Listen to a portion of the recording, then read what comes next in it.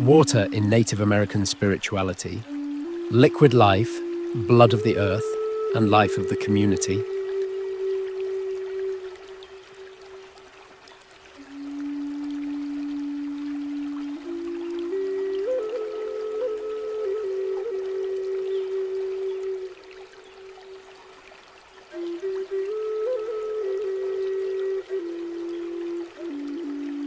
Water is the life force of all creation, the generative dynamism of existence, long before scientific experimentation and quantifiable instrumentation verified the facts. Human beings have perceived and understood water to be the essence of all life, both material and spiritual, from the beginnings of recorded history and even before. Across the expanse of human settlement and migration, indigenous as well as extraneous religions and spiritual traditions have celebrated water as the primordial source.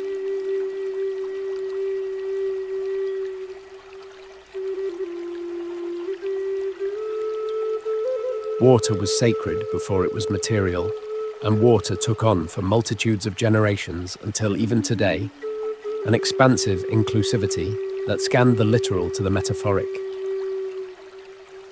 Human civilizations began and flourished along waterways, and all first peoples identified both the miraculous life-giving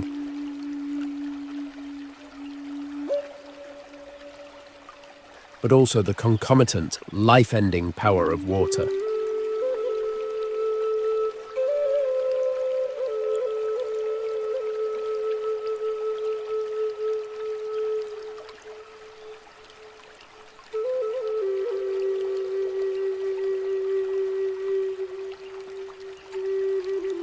Waterfalls and streams. Longitudinal and lateral waterways, rivers and other bodies of water have been from earliest times demarcated as sacred topography.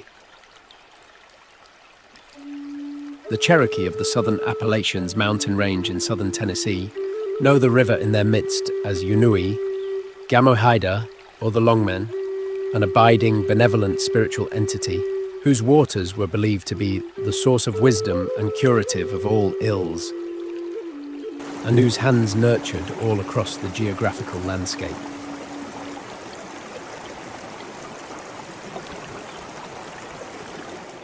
The Taos Pueblo people have always considered all lakes and ponds in the neighboring high mountains as sacred sites, but they hold in a special regard the mystical Blue Lake Boer as the source of all creation. Blue Lake is the bountiful center of all existence, the liminal place of both birth and death, the eternal source from which living spirits emerge to animate all creation, and to which the spirits return upon the cessation of physical life. However, not only have the actual bodies of water fired the imaginations and ignited the spirits of humans, the lore of indigenous peoples has often recounted sacred and otherwise supernatural entities that have inhabited water sources, thus endowing the waters with additional spiritual and supernatural powers. The ancient Aztecs sang and then wrote of their formidable water goddess, Chelki-Utlashut, who, among other myths, is said to have blessed the only surviving human man and woman after the Ancient One destroyed the earth in a great flood. Or some myths credit her with the flooding and allowing only certain humans to survive, transforming others into fish. The Washoe believed that magical, quixotic little creatures known as water spirits inhabit all bodies of water in their homeland of the eastern Sierra Nevada mountains.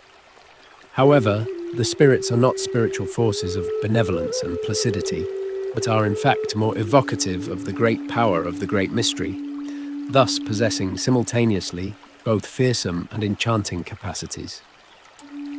A wash or myth about the water spirits who populated the most sacred of all lakes. Lake Tahoe suggests that the people understood to regard the spirits with the degree of ambivalence as well as anxiety.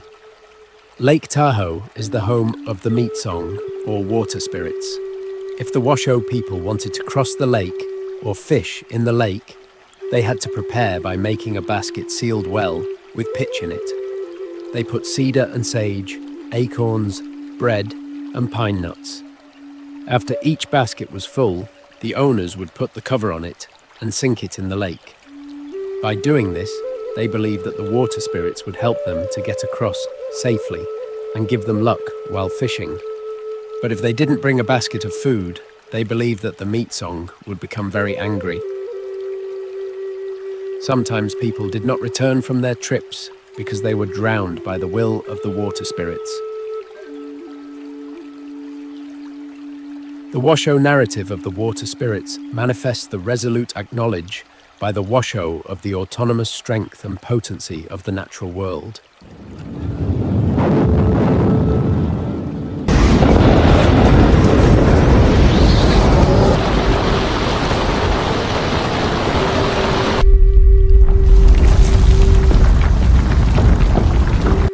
Not only do humans not have any special authority or control over nature, but humans are enjoined to recognize the sovereignty of natural forces in their own domain and request, not demand, their assistance.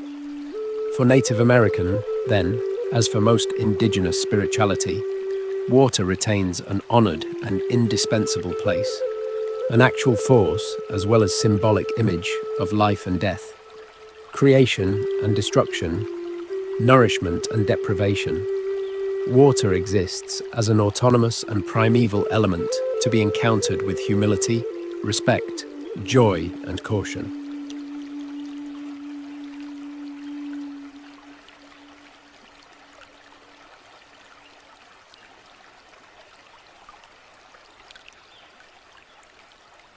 Water, bodies of water, and places of water occur as characters and settings in many Native American mythologies, and such sacred narratives remain for Native Americans. Fundamental to an understanding of the world, water is of course portrayed as functional for physical survival and the source of much life-giving sustenance.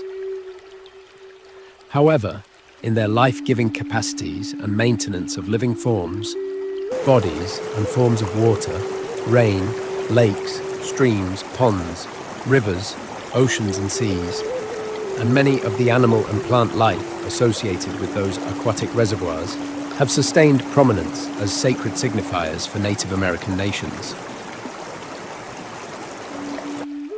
Water, as an aspect of the natural world, is itself an hierophany, a sounding of holy and numinous potency, both awe-inspiring and terrible, for just as water is rightfully accepted as both a source of life and an essential component of all creation, an element without which all organic life cannot safely and spiritually survive, so also is water recognized as a potential cause of material destruction, a relentless force of enormous power that must be identified as well as an instrument of purging and cleansing, and thus renewal.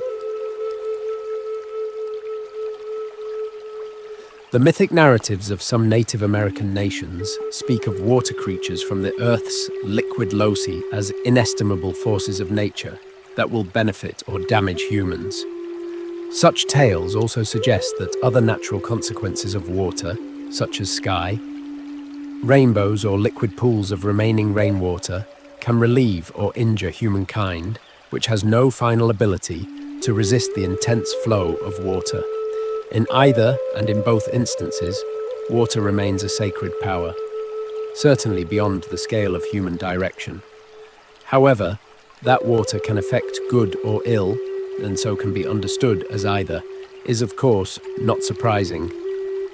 The idea of the holy, water is a mysterium tremendum et fascinans, an ultimately preternatural mystery that can evoke fear as well as rapture. Water symbolizes the origin of life, the assurance of fertility, and the promise of sustenance.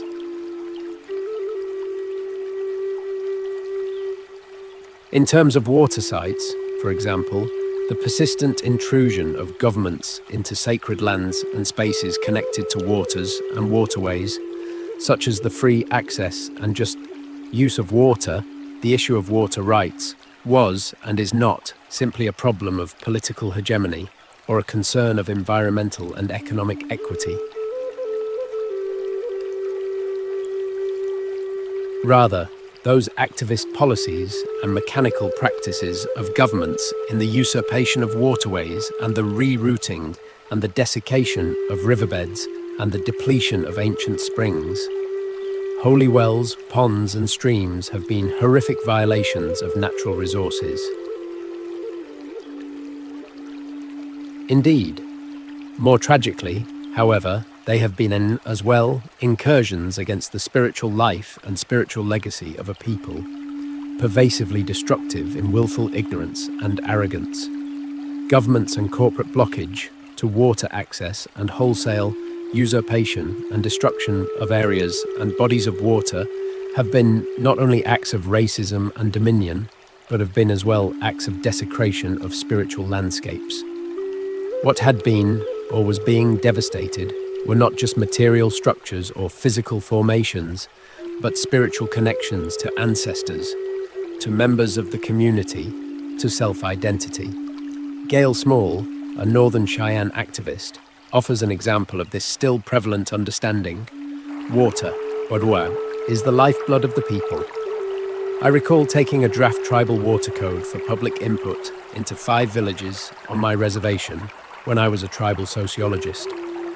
Protection of the water spirits was a major concern throughout the reservation, and the water spirits varied depending on the water source being a river, lake or spring. I reported back to the attorneys, and they laughed at my findings.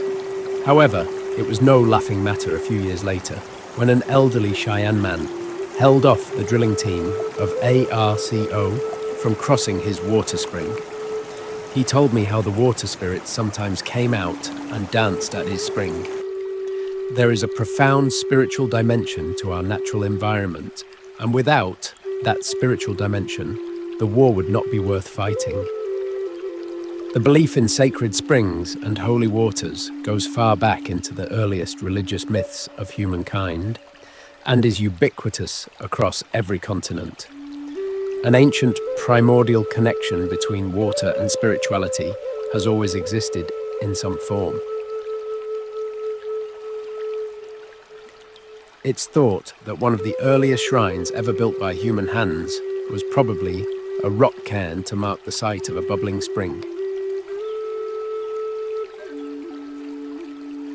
And even in our modern era, you would be hard-pressed to find a church or temple which does not have a water shrine occupying a place of special reverence. Whether it's a fountain, a pool, a holy well, or a natural spring.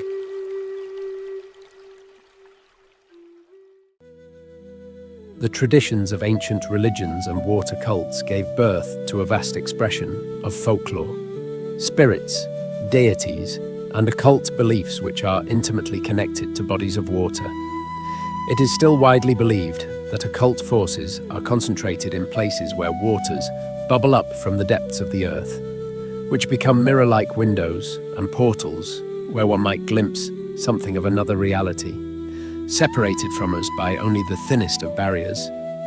The belief in supernatural powers latent in bodies of sacred waters, their curatives, rites, charms, and the lore of water worship picked up from elders living near them, has been a preoccupation of wise men and women of every religious faith throughout history.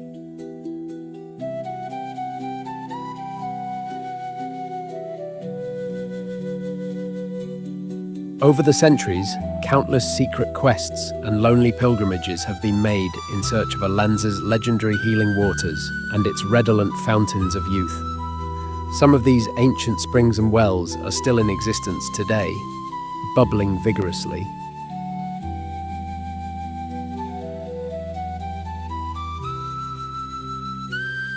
While others have been destroyed through neglect and lay stagnant and barren, their naiads and magic depleted. Water spirits hold immense significance in Native American culture, embodying the interconnectedness of life, water, and the environment. Their stories and symbolism reveal essential truths about stewardship, respect, and the sacredness of water. As we reflect on the wisdom of indigenous traditions, it is imperative to honor and respect the teachings of water spirits and the vital role they play in our collective responsibility to protect the earth.